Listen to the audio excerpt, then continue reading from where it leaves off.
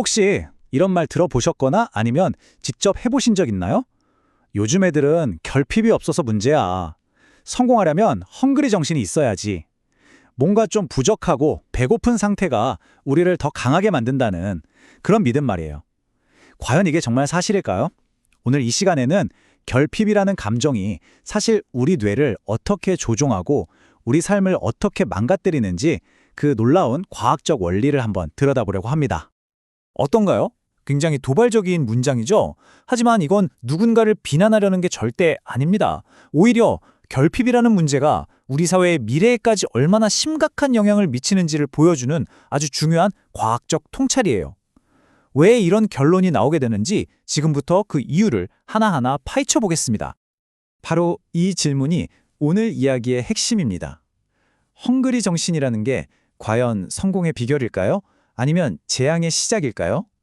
과학은 이 결핍이라는 상태가 때로는 우리를 더 똑똑하게 만들지만 결국에는 헤어나올 수 없는 덫에 가두어 버린다고 경고하고 있거든요.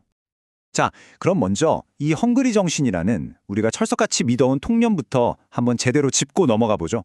우리는 대체 왜 이 부족함이라는 게 우리에게 도움이 된다고 믿게 된 걸까요? 결핍의 핵심은요, 객관적인 양이 아니에요. 바로 주관적인 느낌이라는 겁니다. 통장에 얼마가 있느냐가 아니라 내가 가진 것보다 필요한 게 더 많다고 느끼는 바로 그 순간, 우리 뇌는 비상사태에 돌입하는 거죠. 이건 텅 빈 지갑뿐만 아니라 마감에 쫓기는 시간, 다이어트 중에 칼로리까지 우리 삶의 거의 모든 영역에 적용되는 마음의 법칙이라고 할 수 있습니다. 그런데 여기서 놀라운 반전이 있습니다. 이 헝그리 정신 신화에 사실 약간의 진실이 숨어 있다는 거예요. 결핍이 우리에게 주는 의외의 선물이 있거든요. 바로 집중 배당금이라는 겁니다. 우리 뇌에 정신력 통장이 있다고 한번 상상해 보세요. 잔고가 넉넉할 땐 뭐 여유롭게 쓰겠죠. 하지만 잔고가 바닥을 보이기 시작하면 어떻게 될까요? 갑자기 뇌는 남은 에너지를 정말 초고효율 모드로 사용하기 시작합니다. 마치 마감 직전에 발휘되는 그 초인적인 집중력처럼요. 약간의 결핍이 오히려 뇌 성능을 일시적으로 최대로 끌어올리는 거죠. 이걸 아주 재미있는 실험으로 보여드릴게요. 앵그리 블루베리라는 게임인데요. 한 그룹에겐 블루베리를 쏠 기회를 넉넉하게 6번이나 줬고요. 다른 그룹에겐 아주 빠듯하게 단 3번만 줬습니다. 결과가 어땠을까요? 네, 기회가 많았던 부자 그룹은 그냥 막 쐈어요. 하지만 기회가 적었던 가난한 그룹은 한 발 한 발 훨씬 신중하게 조준했고 정확도도 월등히 높았습니다. 이것이 바로 결핍이 주는 짜릿한 집중 배당금입니다. 하지만 문제는 바로 여기서부터 시작됩니다. 이 결핍이 과해지거나 만성적인 상태가 되면 집중 배당금은 순식간에 사라지고 우리를 망가뜨리는 끔찍한 덫으로 변해버리거든요. 그 놀라운 집중력은요, 순식간에 모든 걸 망치는 파괴적인 터널 시야로 돌변합니다. 마치 급한 불을 끄는 데만 너무 몰두한 나머지 정작 자신의 안전벨트를 매는 걸 잊어버리는 소방관처럼요.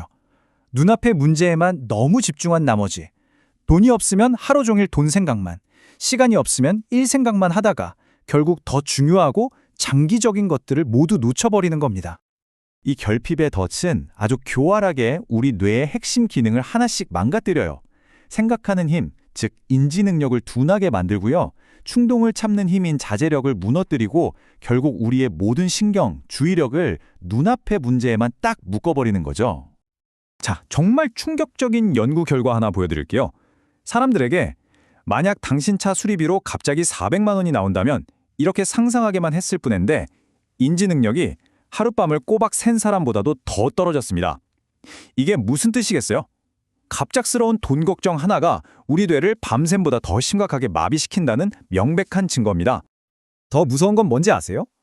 이 결핍의 덫은 한번 빠지면 헤어나오기 힘든 아주 중독적인 악순환의 고리를 만든다는 점입니다. 우리가 어떻게 이 악순환에 빠지는지 그 과정을 한번 따라가 볼까요? 자, 먼저 급한 문제가 뻥 터집니다. 그럼 우리는 미래의 시간과 에너지, 돈을 대출해서 그걸 해결하죠. 일단 해결하고 나면 안도감이 들지만 결국 미래의 나는 어떻게 될까요? 더 적은 자원으로 더 큰 문제를 마주하게 됩니다. 가난한 사람이 더 가난해지고 바쁜 사람이 영원히 바쁜 이유가 바로 여기에 있습니다. 정말 무서운 건 우리 뇌가 이 악순환을 즐긴다는 사실이에요.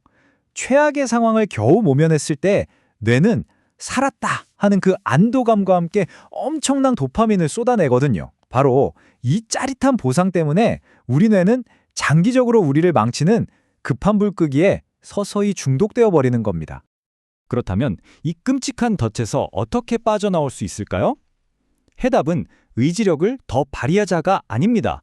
우리 삶에 의도적으로 여유라는 걸 만드는 시스템을 구축하는 데 있어요. 결핍의 덫을 탈출하는 3가지 핵심 전략은 이겁니다. 첫째, 예상치 못한 상황에 대기해서 완충지대를 만들어두는 것. 둘째, 저축처럼 중요한 일은 의지력에 맡기지 말고 자동화하는 것. 그리고 셋째, 덜 중요한 일은 과감하게 무시하는 것입니다. 이 병원 사례가 여유의 중요성을 완벽하게 보여줍니다. 담장 비어있는 수술실이 낭비처럼 보일 수 있죠. 하지만 사실 이 여유 공간 덕분에 어떤 응급 상황이 터져도 전체 시스템이 마비되지 않고 원활하게 돌아가는 겁니다. 우리 삶도 마찬가지 아닐까요? 우리에겐 이런 여유 공간이 반드시 필요합니다. 이제 결핍은 단순히 개인의 생산성 문제를 넘어서 우리 사회 전체가 함께 고민하고 해결해야 할 중대한 과제라는 걸 알 수 있습니다. 우리가 처음에 봤던 문장으로 다시 돌아와 보죠. 가난한 사람은 훌륭한 부모가 되기 어렵다. 이제 이 말이 전혀 다르게 들리지 않나요? 이건 결코 가난한 부모의 인성을 탓하는 말이 아니었습니다. 결핍이라는 극심한 스트레스가 뇌의 기능을 마비시켜서 좋은 부모가 되고 싶어도 그럴 수 없게 만드는 그 안타까운 현실을 과학적으로 짚어낸 것이죠. 그리고 이게 가장 가슴 아픈 지점입니다. 결핍의 덫에 갇힌 부모 밑에서 자란 아이는 그 덫을 그대로 물려받을 가능성이 높다는 것.